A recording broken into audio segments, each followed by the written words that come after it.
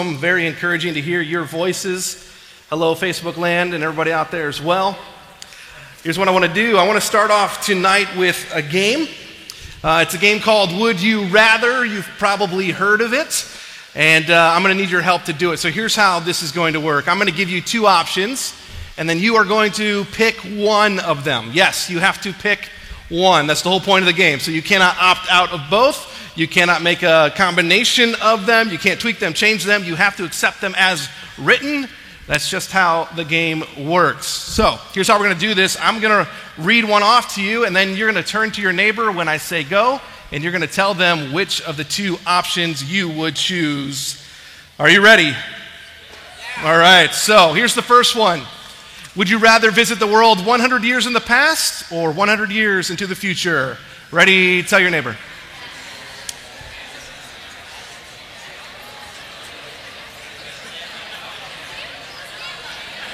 Wow, yeah, a lot of backtracking. Okay, a lot of time traveling. Good. Good, here we go. You ready for the next one? Would you rather wrestle a lion or fight a shark? Ready, go. No way. No way. You guys are crazy. You're crazy. All you shark people, you're nuts. You're nuts. All right. All right, back up here. Here we go. Ready? Would you rather find true love or win $10 million and know your true love cannot be a millionaire? All right?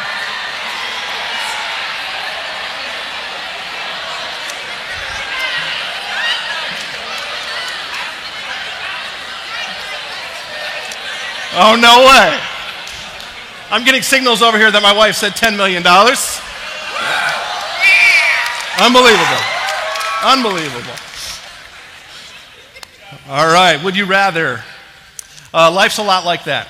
It gives you options. You don't get to choose what they are. You don't get to rewrite them. You just have a choice to make. You have to take them as they're given, and you have to live with the consequences of your decision. And so I want to give you one more with that in mind. One last would you rather. Would you rather lead a life that is safe or significant? Go ahead, tell your neighbors. Safe or significant? Man, I appreciate a lot of that honesty I just heard out there. I think I heard safe, like all together. Well done, well done. Safe means protected from danger or risk, not likely to be harmed or lost. Safe reminds me of those projects that we did in school. You tell me if you've done one of these where you got all these supplies, a limited number, and there's a competition between other people in the class or other groups in the class, and you had to try to construct a protective barrier around an egg that would be dropped from a ladder, and you wanted to make sure yours didn't crack, or at least that it cracked less than the other groups. You guys ever do anything like that in school? You get the physics, that kind of thing? Yeah. That's what I think of when I think of safe. The whole goal was to construct this protective barrier around the egg so that it would have no risk, no chance of being hurt. That's safe. Insulated from any threat or danger. You only want as little risk as possible. And in our lives, there's different kinds of danger. When we talk about risk, we're not just saying physically. We're also talking about risk emotionally or psychologically or spiritually or relationally and so on. But significant on the other hand means important or of consequence. Important or of consequence. Of consequence means that it matters if this person is a part of your enterprise. It matters if this person is involved because it affects the outcome of consequence. LeBron James is one of the best basketball player in the history of the game. That's for you, Mom, online. All right. And in the last month or so, there's been a lot of talk in sports world about where LeBron would go when he leaves Cleveland. And so there's a lot of articles written, a lot of speculation, because it matters where he goes. If he leaves the Cavs and he goes to the Lakers gain something, the Cavs lose something. His ability is of consequence. That's LeBron James. Me, on the other hand, I am not quite the basketball phenom. In fact, I called LeBron James a basketball, so what do I know about the sport? And so it matters where he goes. It doesn't matter where I go. if I might be going to a team, no one's writing about it. If he's going to a team, someone's writing about it because they want to know. Because where he goes affects the outcome. His life and his ability with basketball is of consequence. It matters. Now, I want you to understand a distinction here. Of consequence, significance is not the same as prominence. And when God calls you to a life of significance, it's not the same as a life of prominence. Significance means you're contributing in a meaningful way to the outcome of the cause. Prominence means other people see it and they know your name or they know you contribute. Significance could be silent or invisible. Prominence is always noticed. I am talking tonight about significance. Significance.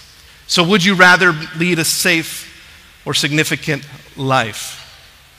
I know in our everyday lives, these two things are not mutually exclusive, right? You can do important and impactful things without needlessly risking yourself or endangering yourself. But here's what is also true. You cannot lead a life of significance if you stay inside the bubble wrap, protected from all danger or risk. Significance requires risk. And so I kind of wonder what you said to your neighbor. And I wonder what your life says about your answer. I wonder if you're anything like me. I'm prone to choosing the path of safety over the path towards significance. And I wonder how we can move outside of the protective barriers and outside of our fears and outside into the space where we risk so that we can achieve lives of significance to what God is calling us to do. And so tonight there are three phrases that we're going to look at together that we need to understand to navigate our own lives towards significance. And I'm going to use these three phrases and I'm going to show them to you up front, and then we're going to tease them out from the life of Moses together. And so the phrases are, here I am, who am I? I am. Who am I? I am. Here I am, who am I? I am. We're going to be primarily in Exodus chapter 3, so you can turn there in your Bible or Bible app right now. And this is the account of Moses and the burning bush, and I'd like you to pretend like you've never, ever heard this before. I want you to allow this text to speak to you in a fresh way tonight. As I prepared for this, I saw things in this text that I have never seen before, and I'm praying that you do too. So let's look at this with fresh eyes together. And to help us get to a place where it's fresh and where it's new and where we're not jumping ahead and assuming we already know, where we're ready for God to show us something new, fresh. Again, let's just kind of have a game here. What I'm going to do is I'm going to say Moses, and you're going to say, who? All right, I'm going to say Moses, and point to you, you're going to say, who? You got that? All right, so Moses. Moses. You're not shocked enough. I think you know who he is. Moses. Oh, you don't know who he is. Let me tell you about him. Okay. Moses. Man, Moses.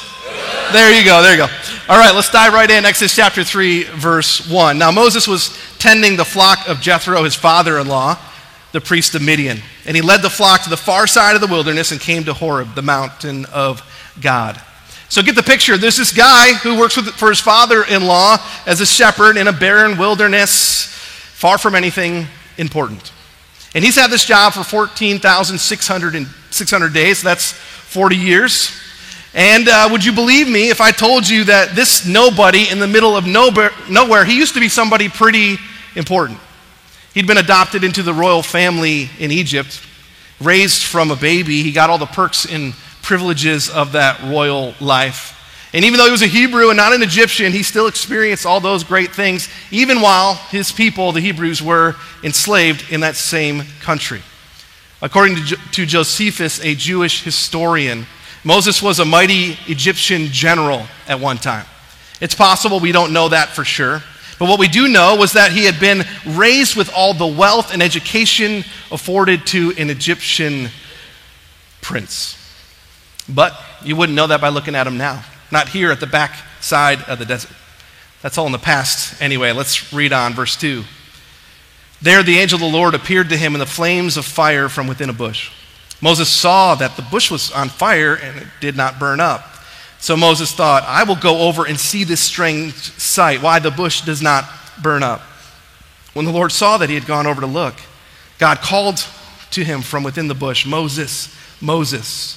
And Moses said, "Here I am." Honestly, the strange thing here is not that the bush is on fire. That could happen. With the dry desert and lightning and all those circumstances, a bush would catch on fire. The weird thing here is that it's not burning and disappearing. And so he walks over to check out what's going on. And as weird and as interesting as all of that is, the most miraculous thing that's happening right now is that God is speaking anew for the first time in 400 years. This is new. And even though Moses had heard stories of God speaking, this is the first time he's hearing God speaking to him. So Moses turns, he gets a closer look. A voice speaks to him from the bush, and Moses replies, "Here I am." And that's our first phrase, "Here I am." Here I am speaks of being available, of being willing to act or open to input. In Moses' case, it's one part like, I'm curious, I'm listening, and another part like, I'm willing, I think something important is going on here. It's the same phrase that Abraham used when God called him in Genesis 22:11. It's the same phrase that Jacob said when God spoke to him in a dream in Genesis 31:11. It's the phrase Isaiah eventually used when he was called into the ministry in Isaiah 6:8.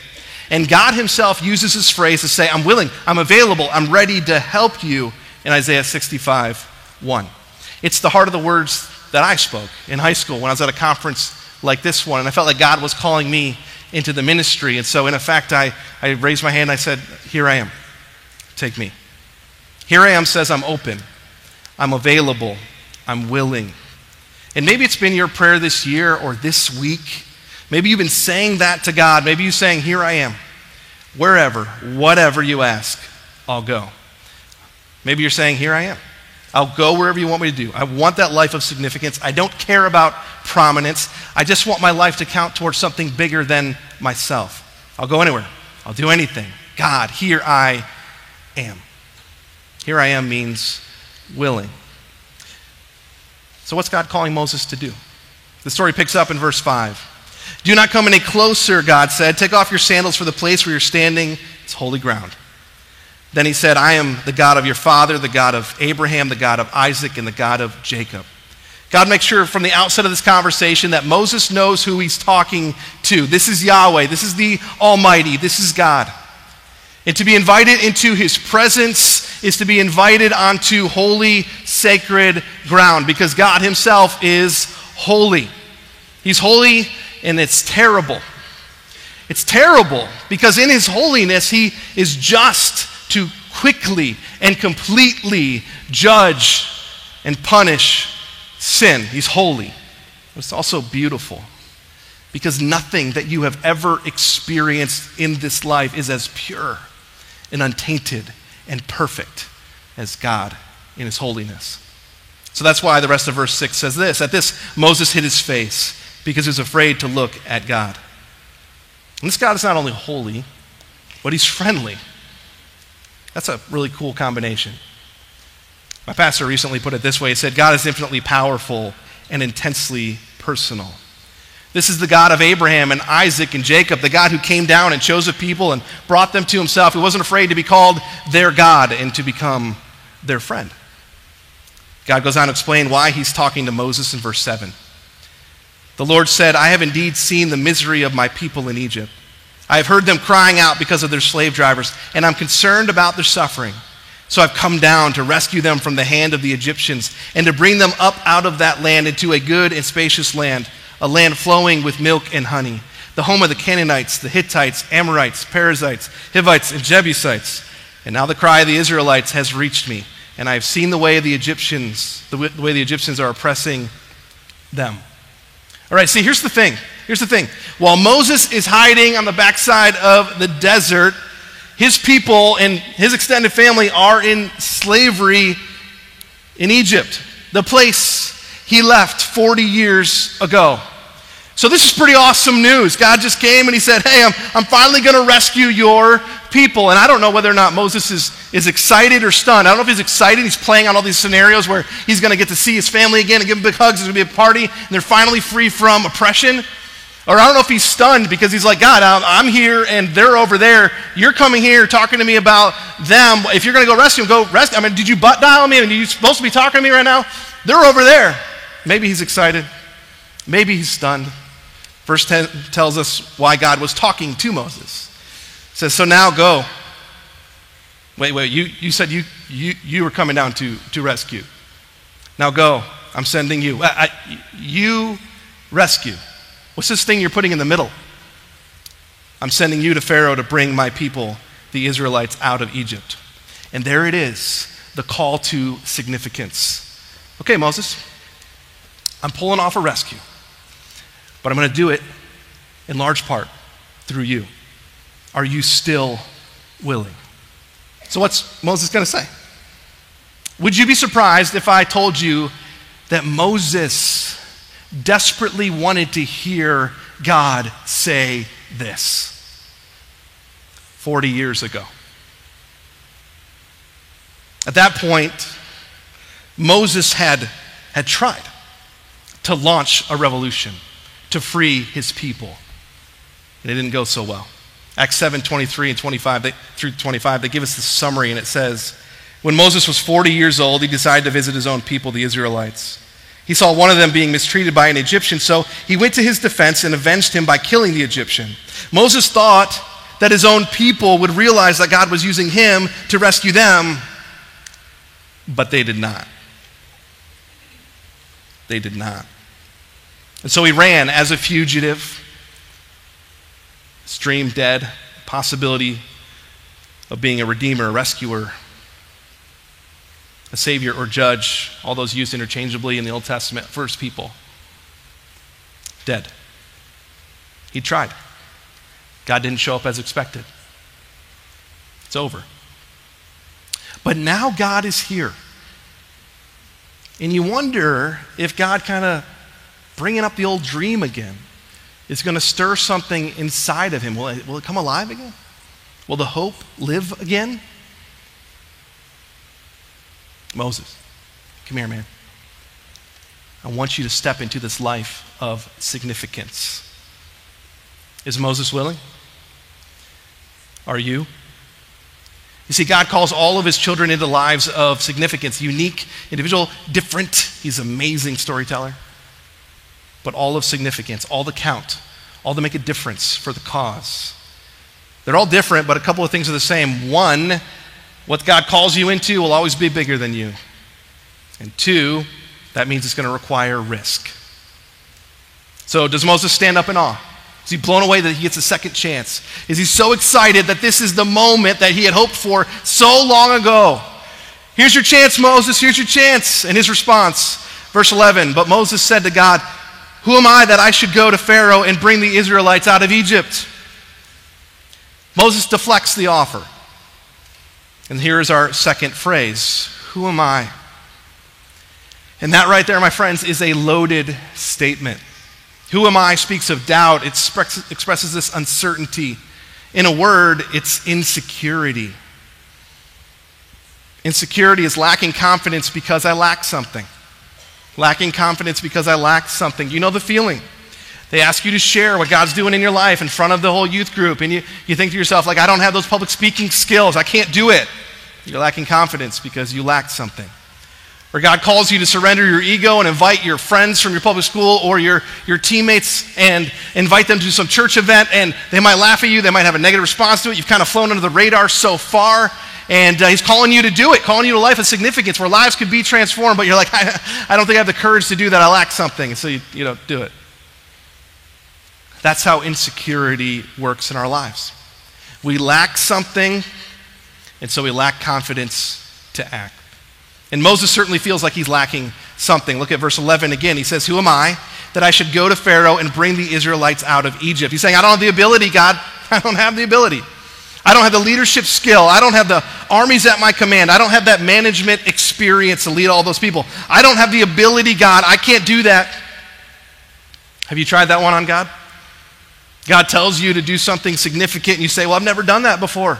I definitely can't pull that off. I don't have the skills for that. I don't have the ability. Well, God doesn't give up easily. That's good. Verse 12 says, and God said, I will be with you. And this will be a sign to you that it is I who have sent you. When you've brought the people out of Egypt, you will worship God on this mountain. God says you don't have to have the ability. You just have to have me. I'll be with you. But Moses doesn't even hear God. That just goes right past him, and the next excuses just come right out of him. Verse 13. Moses said to God, suppose I go to the Israelites and say to them, the God of your fathers has sent me, and they ask me, what is his name? Then what shall I tell them? You hear what he's saying? Moses is claiming that he lacks the authority to do something big. Oh, I don't have the ability, God. Well, I'll be with you. I don't have the authority. I don't have the power to do this. I mean, I can't win these battles. I can't direct these people. I can't walk in there and assume command or assume authority. I tried that before. It didn't work. These people are just going to laugh me right off the stage. This is not going to work. You ever tried that one too? God calls you to something, and it's a risk. It'll be a risk socially or emotionally. How this turns out will affect your social circle, will affect your popularity. It might affect a friendship. And if it doesn't go well, you will be embarrassed or humiliated. And so it's a risk. And so even though God is saying, open your mouth and say something, you're saying, I don't have the authority. Like I'm not the pastor, and I'm not the leader, and I'm not the speaker person. Like I don't have the authority to do that. So God answers again, verse 14. God said to Moses, I am who I am. This is what you are to say to the Israelites. I am has sent me to you. Then God goes on in verses 15 to the end of the chapter to give Moses more detail and more promises that should give him some confidence, should help him overcome his uncertainty, that should give him the ability to step out and handle the risk. Because everything that God's laying out in minute detail, they're going to say this, you do this, you go say this, I'll do this. But Moses still objects in chapter 4, verse 1. So in verses 4:1 through 4:9, God gives Moses even more things to ease his insecurity and help him get moving and get out there with confidence and act.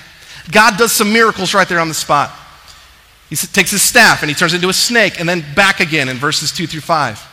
He takes his hand and tucks it in and pulls it out. It's disease. He tucks it back in, pulls it out. It's healed right before his eyes, verses 6 through 8. And if those two weren't enough, God's like, here's the doozy. I promise I will take the Nile and I will turn water from the Nile into blood, in verse 9. So Moses just went through all that. He's standing there. The bush is on fire. It's not burning up. He's hearing the voice of God speaking to him as clear as day. He's having this argument, this conversation, this back and forth with God. He's definitely not going for God's plan. And yet in that time, he gets to see a couple of miracles, including the whole situation. Moses is in the middle of a miracle, and you think he's convinced, right? It's like, all right, here I am. I'm willing to go. I mean, you got me. No, that's not what happened. 4:10. Moses said to the Lord, pardon your servant, Lord. I've never been eloquent, neither in the past nor since you have spoken to your servant. I'm slow of speech and tongue. What? Like another objection. After all of that, Moses, what is going on here? And this isn't even real. I mean, maybe before with the ability and the authority, maybe they had something to those things, where he could really say, I got a problem, but this is bogus. Acts 7:22 says, Moses was educated in all the wisdom of the Egyptians and was powerful in speech and action. Moses is just making this stuff up. He doesn't want to do it. He is not willing. Verse 11, then the Lord said to him, who gave human beings their mouths? Who makes them deaf or mute? Who gives them sight or makes them blind? Is it not I, the Lord? Now go, I will help you speak and will teach you what to say. Translation, have you forgotten who you're talking to here? I'm the creator. I made everything on you. I can make it work. Go. And so he finally gave in and said, yeah, God, you're right. Let's do this thing. Look at verse 13. But Moses said, pardon your servant, Lord. Please send someone else. Whoops. Then the Lord's anger burned against Moses. What in the world is happening here? There's like nothing that God can do or say to give Moses confidence to act. God helps people overcome their uncertainty all the time. That's what he does. You remember Gideon? God came to him and called him into a life of significance. And Gideon was kind of freaked out by it, wasn't sure that he could do it. It was intimidating. And so he asked for some signs. He asked for God to help me know this is for real. Help me know this is from you. I just want to be sure it's you. And they go back and forth and back and forth and back and forth. God is willing to play along.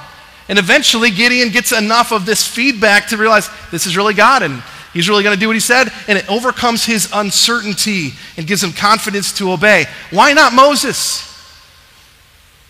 Why the endless objections? Why the stubborn refusal? What in the world is going on here? I hope you're looking at this and saying, this is weird. He's in the presence of God and he's saying, no. Here I am is gone. He was willing at one point. Replaced by, who am I? Now he's unwilling. And in case you missed it, let me just point out the extent of Moses' refusal. Look again at verse 10. Moses said to the Lord, pardon your servant, Lord. I have never been eloquent, neither in the past nor since you have spoken to your servant. I am slow of speech and tongue. Now let me just ask you for a second. When did God speak to Moses? Right here, right now, this moment at the bush. Moses is saying, I've never been eloquent. Not before we talked, and definitely not since talking to you. God, not even you can overcome my weaknesses. Not even you. That's pretty bold. If I'm there right now, I'm like picking up my sandals and I'm kind of backing away, okay? Because he just crossed a line. And that's when God's anger burns against him. What is going on in Moses? This isn't uncertainty. Gideon had that. And when you get an answer that's strong enough, you're not uncertain anymore and you have the courage to act. This is insecurity. He's looking at what he's lacking. And so he's not taking action. You gotta ask yourself, what in the world could have happened in Moses' life to make him believe he is so defective that God cannot possibly accomplish something significant with his life? And so to really understand this moment, we have to travel back in time, 40 years. So we find the story in Exodus 2, 11 through 15. I want you to listen to this. This was the day. One day after Moses had grown up, he went out to where his own people were, and he watched them at their hard labor. Something happens inside of him. And he saw an Egyptian beating a Hebrew, one of his own people, and that was an outrage too far. And looking this way and that and seeing no one, he killed the Egyptian and hid him in the sand. And the next day, he went out and he saw two Hebrews fighting. And he asked the one in the wrong, why are you hitting your fellow Hebrew? And the man said, who made you ruler and judge over us? Are you thinking of killing me as you killed the Egyptian? Then Moses was afraid and he thought, what I did must have become known. When Pharaoh heard of this, he tried to kill Moses, but Moses fled from Pharaoh and went to live in Midian, where he sat down by a well, and he never recovered enough to stand back up. See, this incident, it wounded him so deeply that he lived the next 40 years in deep insecurity. Now, I hope you're saying, how do we know that's true from the Bible? Well, first, after settling in the desert and getting married, Moses had a son. Do you know what he named his son? God is awesome. He spared my life. Nope. God will provide. Nope. God will give us a second chance. Nope. God will free the people. Nope. He named him Gershom, which by itself just sounds terrible, but it means foreigner or stranger. The idea is of being lost and homeless and without an identity. He names his first son after his biggest failure and disillusionment. That's our first clue that this stuck with him.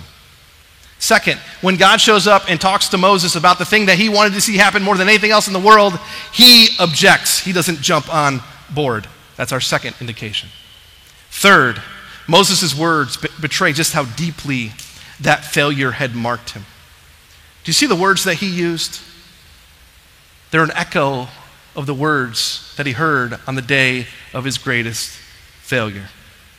His fellow Hebrew had said, who made you ruler and judge over us? Basically, who do you think you are You can't lead us. In that day, those harsh words became a defining part of Moses' life. See, before that day, Moses would have said, yeah, God, I'm God's servant. That's who I am. And he can do anything that he wants. He can free our people. Before that day, he would have said, here I am. But after that day, you hear what he's saying? Who am I? Not me. No, really. You. No, not me. No, I'm serious. I'm calling you to a life of significance. You got the wrong guy. No, you are the one. I'm calling you by name. I know who you are. I know your whole story. I didn't come burn this bush by accident. This is you. This is me. This is our moment together. Moses, I am calling you into this life of significance. You got the wrong guy. Go get someone else. That's insecurity.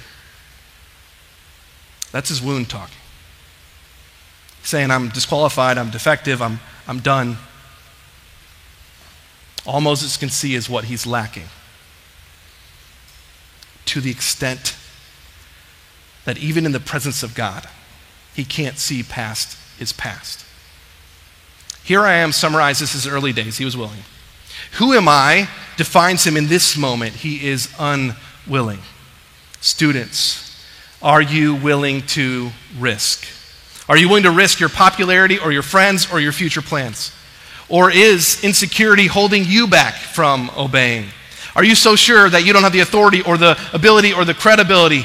Are you so quick to list all of your flaws? Are you so quick to point out all of your own weaknesses? Are you so quick to say no to God because you don't have something that you think is required, even though he's calling you to a life of significance?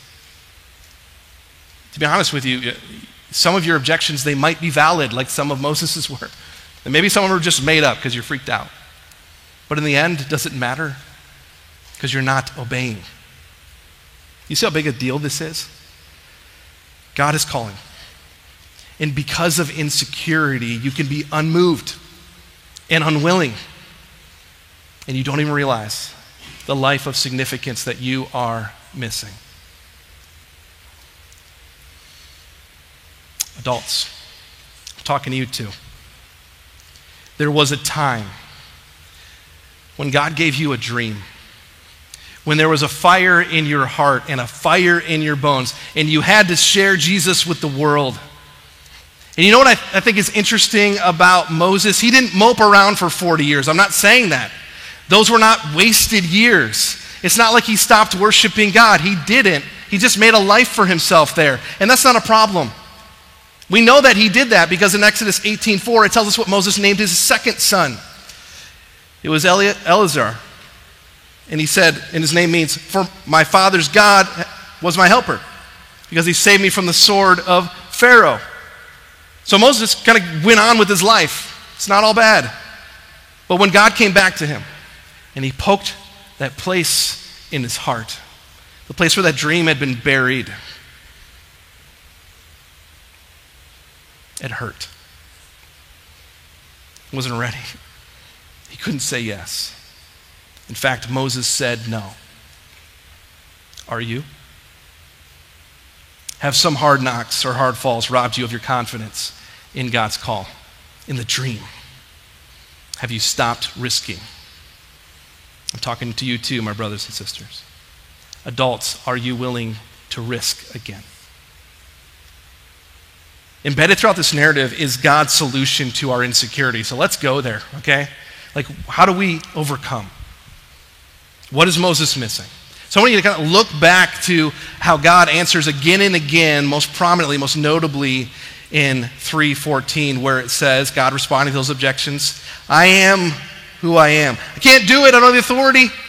Can't do it, I don't have the ability. I can't do it, God. And God's response, I am who I am.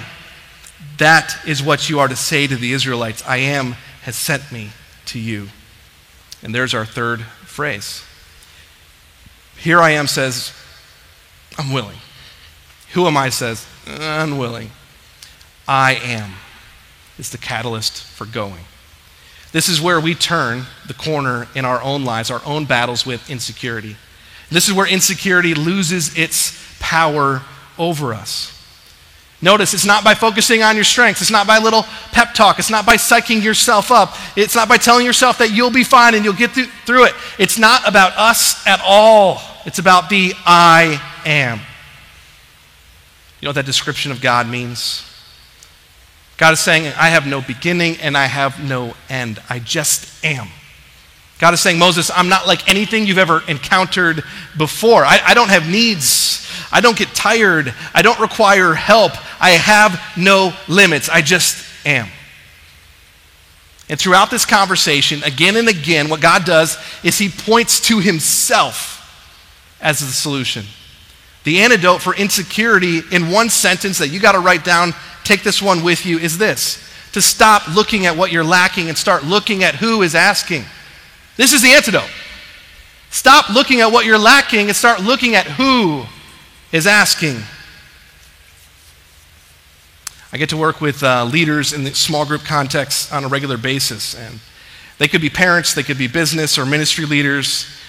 In every group, we do this exercise where we talk about what's holding us back from going to the next level as leaders.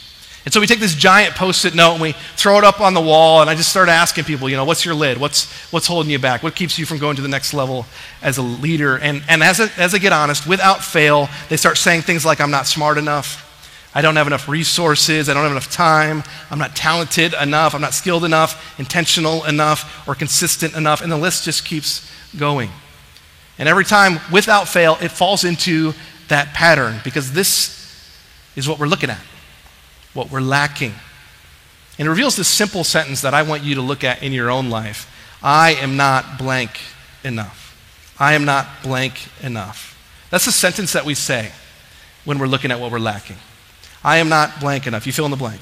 Moses might have filled in the blank with I'm not strong enough or eloquent enough or young enough anymore. How do you fill in the blank? When God calls you to go beyond willing to obeying, what is your most frequent response? I am not enough. Is it smart enough? Talented enough? Good enough? Reliable enough? What is your enough? Because I'll tell you this, God's answer is, I am. Because God is not limited by what limits me. And so you say, I'm not smart enough, God says, I am. You say, I'm not strong enough, God says, I am. You say, I'm not good enough, God says, I am. You say, I don't know who's on my side anymore in this, God says, I am. You say, I don't know who's going to be there with me, God says, I am. You say, I just need someone to help me, God says, I am. You see, the antidote to insecurity is to stop looking at what you're lacking and start looking at who is asking. God has always used crooked sticks to draw straight lines. He has always used common earthen vessels to place the glory of his gospel so it shine out through the cracks, so the excellency of the power may be of God and not of us. God's glory is always revealed in our weakness. We need to stop looking at what we're lacking, start looking at who is asking. And so as the band comes for a last song, I want to bring up this would you rather one more time. Would you rather lead a life that is safe or significant? Are you willing to take risks, or are you just going to play it safe? And as we close in prayer, I want to help you practice this new thing of looking beyond your not enough to the one who is enough. And so here's what I want you to do. Would you bow your heads? I'm not going to call for a response tonight where you're looking up here. Just take this moment right now. Bow your heads. And as you sit there, I want you to honestly, the best of your ability, fill in the blank. Between you and God right now, name it. What is your not enough? Go ahead. Be honest with God. What makes you say no?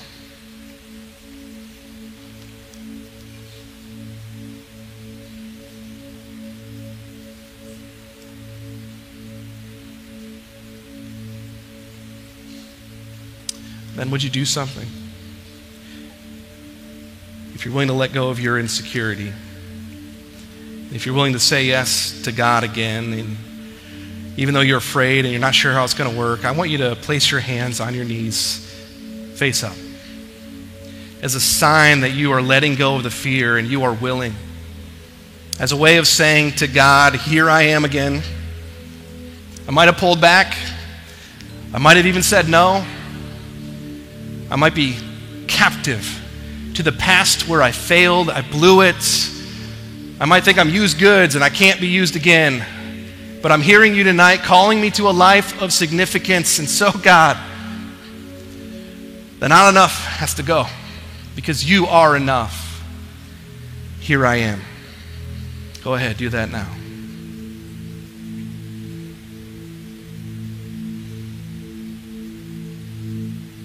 I want you to pray. And I want you to tell God that He is not limited by what limits you. Say, God, you're not limited by what limits me. I am willing.